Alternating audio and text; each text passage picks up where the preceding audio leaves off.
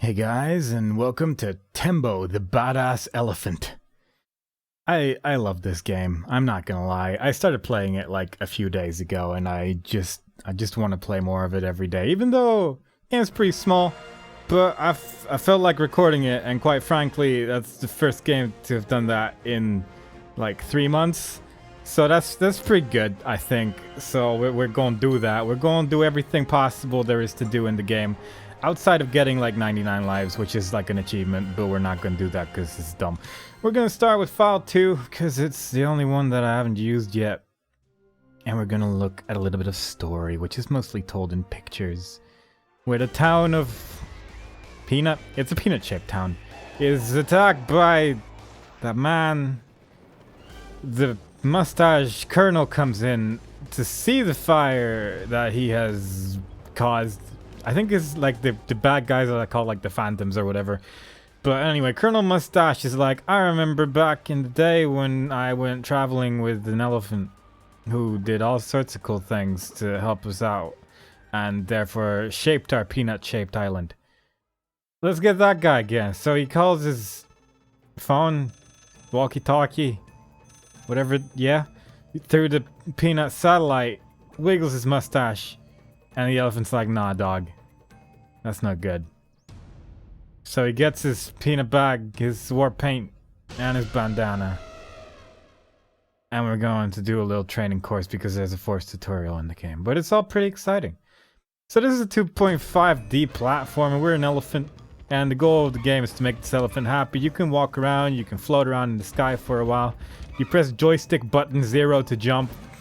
I'm guessing it's because I'm using an Xbox One controller that it's just a bit confused, but anyway, we can dash, we can jump and dash at the same time, we can jump and then do like this crushy attack, which is pretty cool, and we gotta get through all sorts of walls. We need to not touch these boxes, otherwise we take damage like that, and that's bad.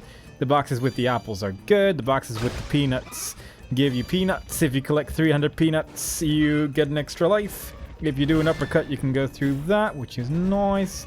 And the boxes with the apples aren't just good, they actually give your health back, which is cool. And you can do a butt stomp because it's a platformer that's made after Mario 64, so that's all just nice and dandy. Now, the main reason I just like this game a lot is just because the controls work so damn well. And because you can move so damn quick as well, it's actually just really fun. You can slide, which is going to be useful every now and then. The dash jump is pretty much just better than the floating because it gets you further, so we're mostly going to be dash jumping throughout the entire game.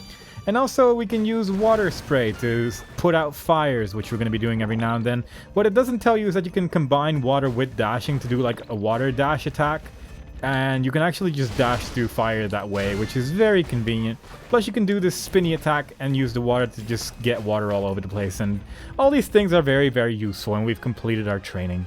And we can actually start playing the video game, which is very nice. Now there's actually like a little touching the story where he says goodbye to the other elephant, and he gets his bird friends on a rope and flies himself over to Peanut Town. I don't know if it's called Peanut Town. They don't really explain much in this game. Plus I can't read, so there's just a lot of troublesome issues. But the elephant lands, destroys all of Peanut Town with his landing, salutes Colonel Mustache. And with that, we're ready to go. Now, in this video, we're only going to be doing World 1, and that will make sense in a second once we see the level select screen. But first, there's like dialogue or whatever. Welcome to Shell. Oh, it's Shell Army HQ. Never mind.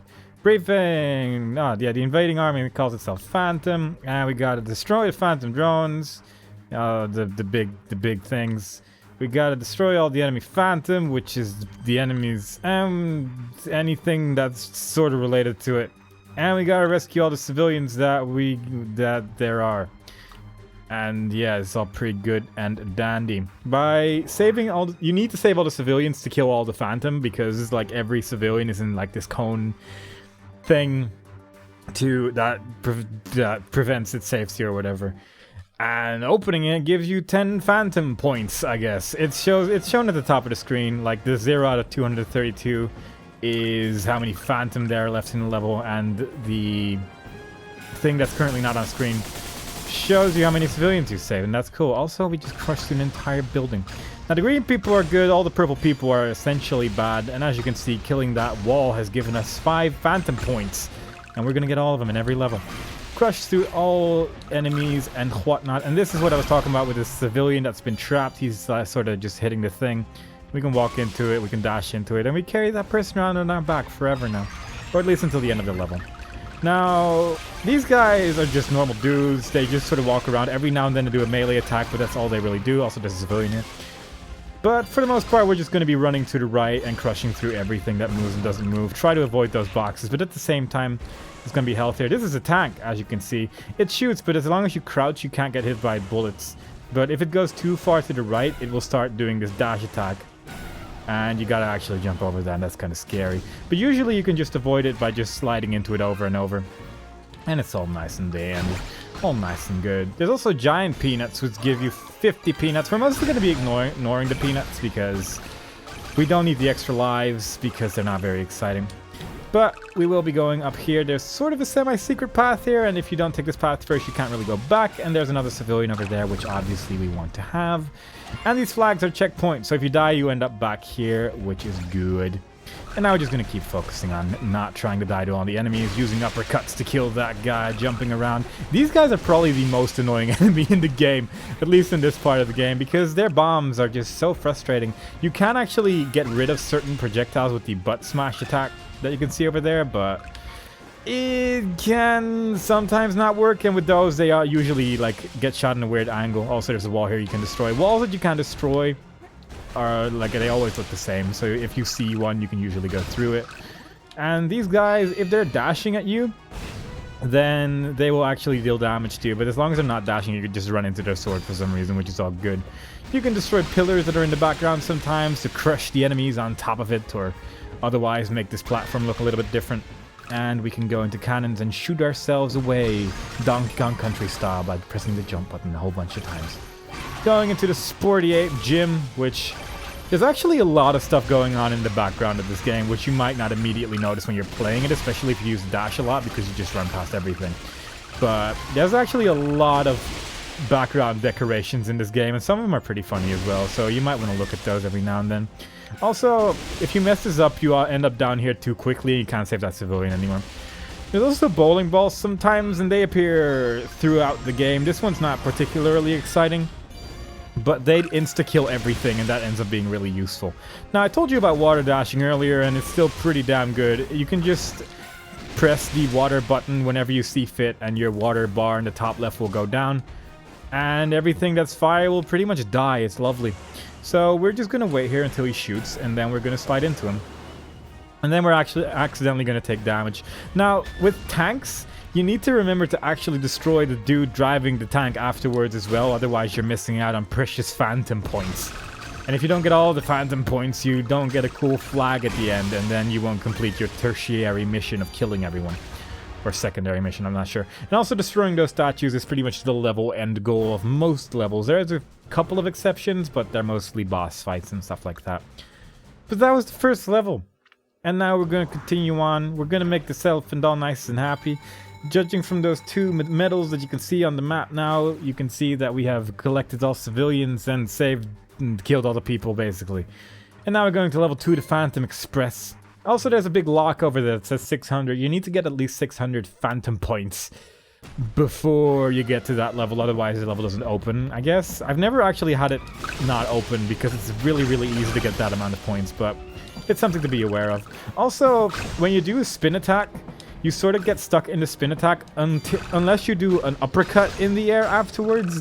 Then you stop spinning, and then you can do another spin attack, but then you can't uppercut again afterwards because, yeah, and you need to remember that if you want to do optimal movement. There are actually leaderboards for this game, mostly for their like built-in point system. Also, there's some bombs there. There's like 3 of those in the entire game, so not really worth mentioning.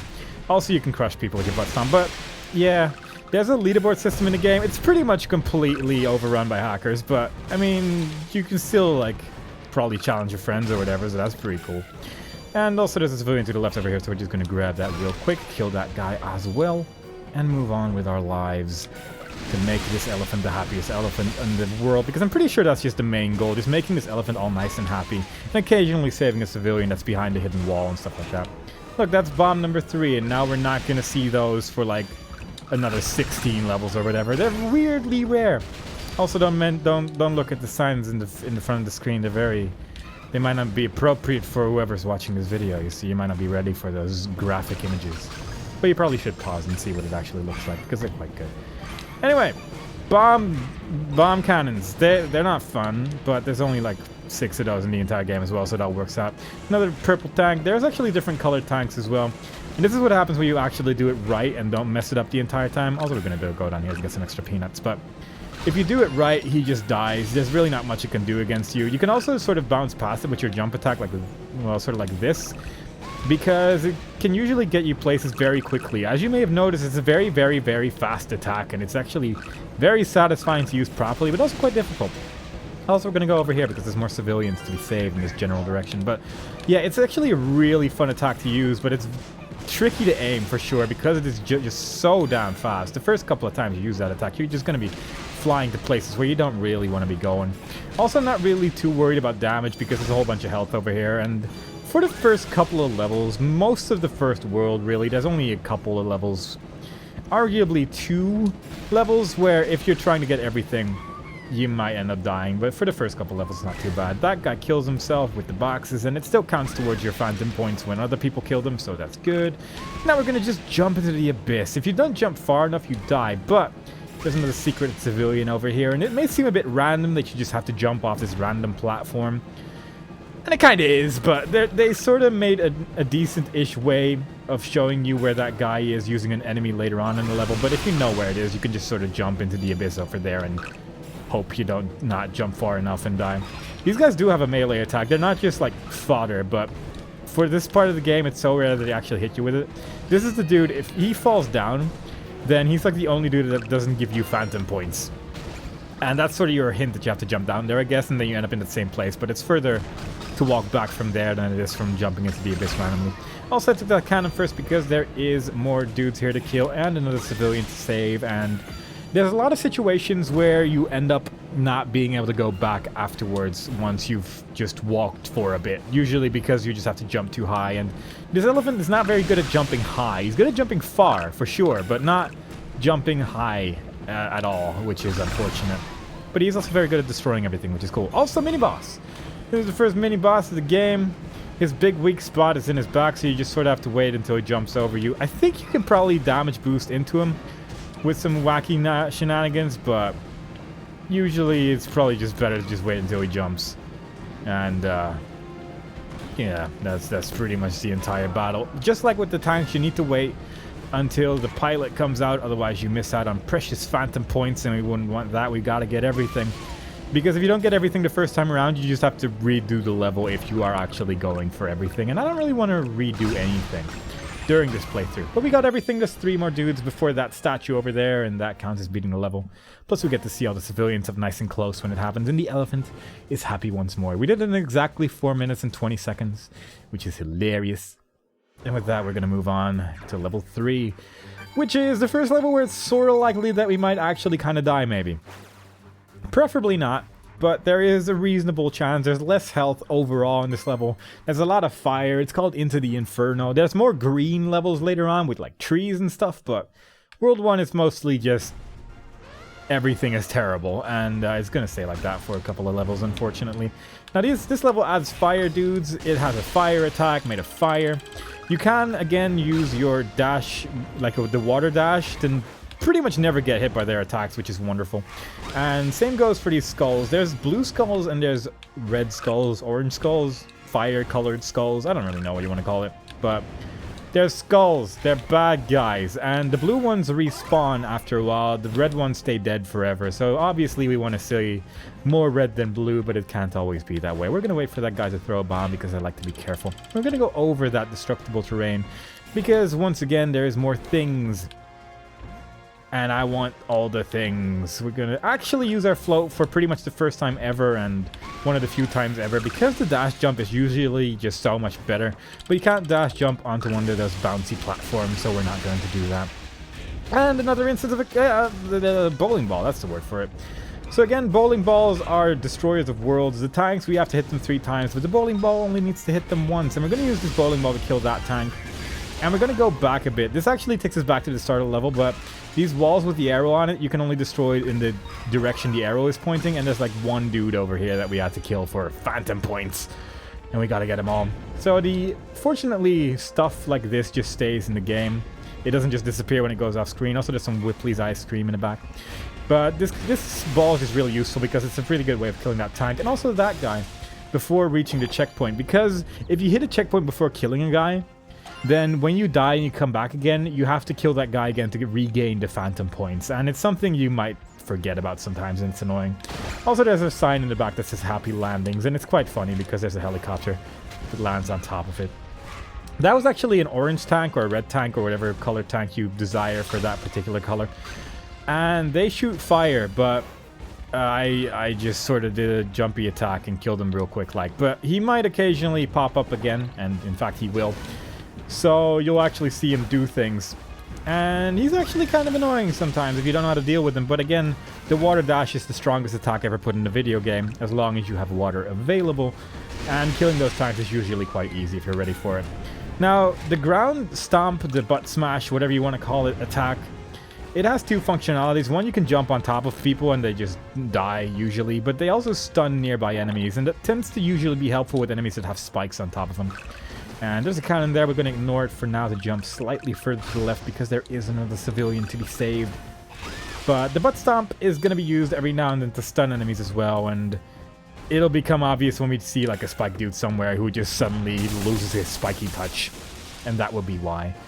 Checkpoint over here, just going to grab it just in case something goes wrong. There's some peanuts over here, I'm just grabbing it for fun really.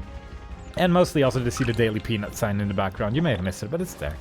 It's there. And we're going to keep on moving on. The blue skulls really don't matter too much if you know where you're going, because you'll just kill them and then they're no longer a problem ever again, which is lovely. You can also aim your water attack thing where it just sprouts it out of your nose, which is also quite useful. And something the game doesn't really tell you about. There's a lot of things it doesn't really go over in the tutorial, but it's usually just like tiny details which don't really matter if you know, but they're just convenient to know. And they can help you out in the long run when you're dealing with the more tricky levels, which is anywhere past World 1. So this first video of the game is not going to be super exciting or anything, but it's such a good game, man. I want to play this entire game over and over for the rest of my life. Or at least until I've made a video series and then forget about it forever. But it's a really good game. It's actually, like, it came out in 2015, and I bought it in 2015, but then I sort of just forgot about it. So here's a dude, we're going to kill him, and there is destructible terrain over here behind this weird wall-looking thing. Which, this thing sort of gives you the hint that it's there, because there has to be some way to get over here, and there's just no other way than getting behind that wall. So they sort of hint towards it, but again, a lot of the hints in this game are fairly vague. Didn't mean to hit that wall over there and bounce all the way back down, but it doesn't really matter too much, because it just means we have to do some fiddly jumps again, but it doesn't take too long to get back down there. But preferably you just don't fall down all the way. But fortunately, most of the enemies are dead. It's only really the blue skulls in these boxes over here, which are currently a problem, but we got past it just fine, and we can ignore it ever happened. I'm going to pick up this checkpoint because there's some health behind it. This is really the main reason. I don't think... We're kind of past the point where dying is likely going to happen, but at the same time, I like to be careful. Here is another one of those fire tanks. You can actually just stand still and avoid its attacks, but you can also just water dash through it. And water dashing is usually just preferable because it's a little bit quicker and I don't like waiting. And with that, we're going to go move on. Sometimes you miss those fires, but if you miss the fires, you still just end up going past them usually. And that's sort of what you want to do.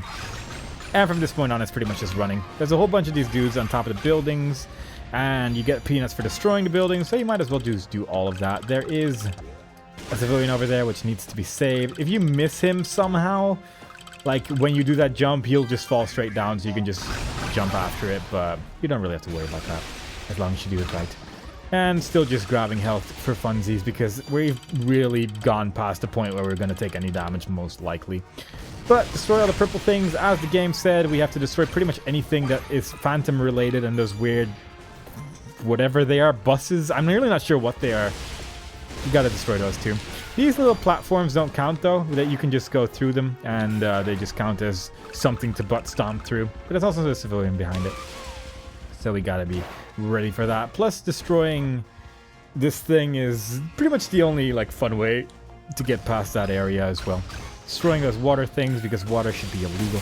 And with that, we're gonna crush through another building. That animation is pretty much null, like it just disappears after World 1. World 1 just does a lot of World 1 specific things, like Inferno and Sadness usually is the main like sort of theme of World 1, and they sort of go away like out of that theme the moment World 1 is over, and I quite appreciate that because I just prefer the overall like visuals of the other levels. But the World 1 worlds usually have more funny jokes in the background, so there is that to go for it as well. We got 600 Phantom points, so we can go into this level, which is the first big vehicle. You may have actually seen it in the background of the previous level, the Phantom Dome. We're gonna let a little cutscene where we're going into the Technodrome and onwards to this level. Any day now. There we go. Now this level has all sorts of shenaniganry. It looks a little bit different, and it adds a new enemy as well. It adds the weird flying drone things, and the weird flying drone thing, which we can see over here, it's weak to water. You can actually destroy it with water entirely, which is what we did over there. There's a civilian hiding behind this rubble, and with that we're going to go down. But killing those guys with water is usually like the preferable method. You can just dash through them as well, but killing any enemy from a distance is just like really nice to be able to do that. Also, there was a button there which destroys all the bombs over there, and I just sort of ignored it because it's not super exciting. It sort of speaks for itself. I'm going to ignore everything that speaks for itself. You can hit that weird bounce pad over there with a weird enough like dash jump. I've gotten it to work once, but usually you just miss, and it's just sadness. There's some glass panels here which we bashed through. Somehow we missed that guy, so we have to go back for him. But with that, we're just going to follow the peanuts downwards and onwards to the rest of the level. There's a... and this thing. Escalator? This thing. The thing we're currently on, of which I've forgotten the name. We're currently on this, and we have to go left because naturally, if it points right, you probably have to go in the other direction. These things are insta-kill things, and they're one of the main reasons why we're likely to die in this level. 4 reasons which will make sense in a second, but these guys, you can actually just jump on top of them even though there's a spike above them, and when they're stunned, you can just dash into their spikes as well, which is odd. But it is what it is. I guess this is sort of the actual tutorial for these blocks, that you have to run into the direction the arrow is pointing. But we already saw them several times, so I don't know why this is here. This thing! I hope you enjoy tennis balls, because this thing occasionally shoots a tennis ball. Actually, it shoots a tennis ball and then a bomb and then a tennis ball again, and we're just going to uppercut the tennis ball back over and over. Standing to the left over here because he can't actually shoot that far. So we're never going to get hit by the bombs, and that was another exciting mini-boss battle that we just did. So here, you need to make sure not to destroy these blocks over here, because otherwise you can't get the civilian anymore without going back to a checkpoint, and I don't really want to die, so we're not going to do that. And we're just going to get the civilian, and we're going to move onwards, where there is another civilian waiting for us, and a lot of fiery people. Watch out for the blue people, which occasionally come back again. They do come back rather quickly. And you don't want to get hit by those guys, so we're going to avoid it at all costs. And that brings us to another exciting boss battle. Mini-boss battle. Would you call this a mini-boss? I don't know. It's slightly different. It has the fire guys now, so you need to be, like, mildly more careful. But again, he can't actually shoot far enough to the left to hit me with his bombs when I stand over here, so it's still not very exciting. I'm not going to lie. I'm not excited by this. One of the least exciting parts of the game, if you ask me. But we did it. We managed to beat this man again, even though there's scary fire people next to him. We're just that good at video games. These like helicopter TV things also count for phantom points, so you have to destroy those too. And with that, we're just gonna water dash through pretty much everything in this room. Everything here is made of fire, and I don't like any of it. And occasionally jumping's hard, so we fail it just miserably. But when we do it right, we're just gonna dash jump into everything and move on with our lives out of this room. It's not a happy room, it's a sad room. And that brings us to our first almost puzzle room in a second once we reach that door, because reaching that door is kind of hard. There's like jumps. I'm not very good at jumping. Not made for that. But look, here's the puzzle room. And every time you re-enter that door, everything in this room resets outside of that tank. If you kill the tank, it stays dead. But this is a puzzle room. You need to do this. That's the entire puzzle. You need to walk past the first pillar, or you just need to re-enter the room once you've done, like, press the button that the arrow in the top right is pointing to, and then everything's fine as well. But this thing, it shoots fire again because we've seen this tank several times already. We're just gonna wait until it fires and then water dash into it over and over. Kill the pilot, and press the big old button over here. Now, these things we've seen before, we can go through it with one of these butt smashes, but once you do one, it'll just keep shooting down until you reach, like, the floor, like, until you stop reaching these things.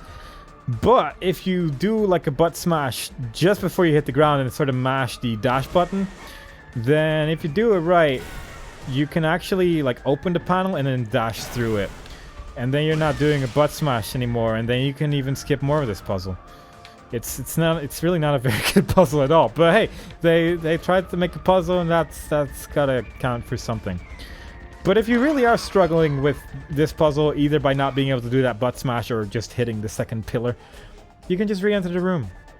And then you can just like destroy these pillars from the left side, and then you will still just have a thing that points upwards.